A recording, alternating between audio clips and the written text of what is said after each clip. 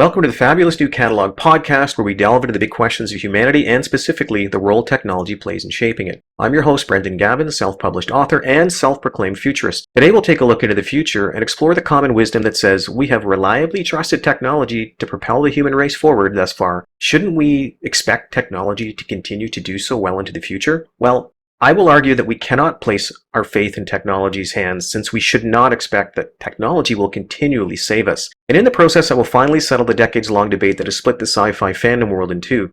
Which franchise is better, Star Trek or Star Wars?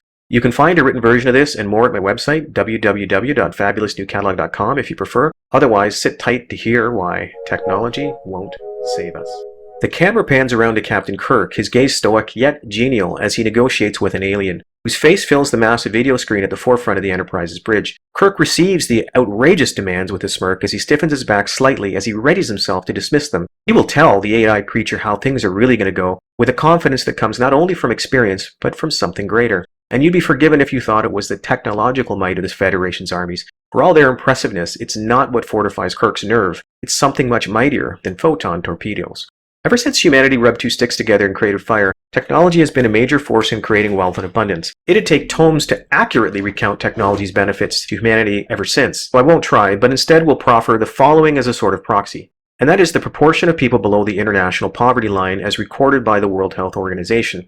Now, to be fair, that the World Health Organization deems $1.90 USD per day as representative of the poverty line seems interesting to say the least, but aside from that, the numbers speak for themselves. They tell us a full 15.6% of people proportionately have moved above the poverty line since 2002. Now, that's over a billion people. So said another way, over 90% of people now exist above the poverty line. Now, it'd be disingenuous to accurately pinpoint the cause of this abrupt change, but it's safe to say that the global adoption of advancing technologies played a pivotal role. Transocean fiber optic cables alone have connected the world in ways that have fundamentally changed how and where work gets done, and also have opened up new markets that didn't exist before. In other words, technology has saved a lot of people, or at least made their lives immeasurably better. And it begs the question, can't we rely on technology to continue to save us, to make us live longer, to pacify the climate, to provide further abundance? And the short answer is, well, yes, we should expect technology to continue to provide benefit to the human race. But the thoughtful answer is, no, we cannot rely on it to do so, nor should we expect it.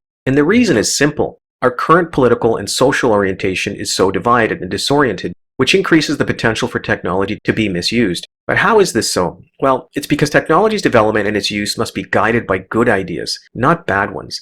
And one need only to look in the rearview mirror of history to see how easy technology can be corrupted. The Nazis harnessed cutting-edge computers to inventory, track, and tally Jews as they were herded onto cattle cars and into the gas chambers. The atom bomb, a Herculean model of human ingenuity, can kill hundreds and thousands of people instantly, and many more multiples of these slowly and horribly over time. And even today's social credit rankings are being used to regulate people's behavior and limit their freedom of choice and restrict their freedom of speech. So what do we do then? The answer lies in what our society chooses to value foremost. And that's less Silicon Valley, the cradle of technocracy, and more ancient Athens, the cradle of philosophy. For there we can discover the intimacies of our human condition, appreciate our differences, and learn the art of rational discourse. If we insist on seeking truth first, we can solve our problems, leveraging technology within its confines to bring goodness to the world. Not as today, where technology has increasingly become the vehicle of the politically gifted and powerful to bring convenient and self-enriching truths to the masses. And this is why Captain Kirk held a huge advantage in the aforementioned fictional negotiation. He represents a federation of planets that largely agree on just about everything. A unified utopia, a celestial kumbaya, one that ensures he never has to second-guess his bargaining position or fear that his decisions will bring joy to some factions and enrage others. Where he exists in a panacea where truth and virtue are firmly held and the moral high ground is settled and thriving with happy Federation citizens. But it's all fiction. Our world today is mired in divergent interests, a place where understanding is second to politics and where castigation is coveted over civil discourse. And in such a world, technology will eventually be used like a club that the powerful will wield to beat you with. Just wait your turn. And it's why Star Wars is superior narrative to Star Trek, in that it represents a more realistic view of us here on planet Earth circa 2021. The Imperial Empire, possessed by bad ideas, wields the most innovative technology to literally destroy planets, and thereby subjugate the galaxy. There's nothing more real than that, since that story has been lived in similar ways throughout our human history. And that truth will play out again and again, unless we talk to one another, as equals, so that the good ideas intercede to stop the bad ones. And only then can we live long and prosper, with technology lighting the way. For the fabulous new catalog, I'm Brendan Gavin, and we'll see you in the future.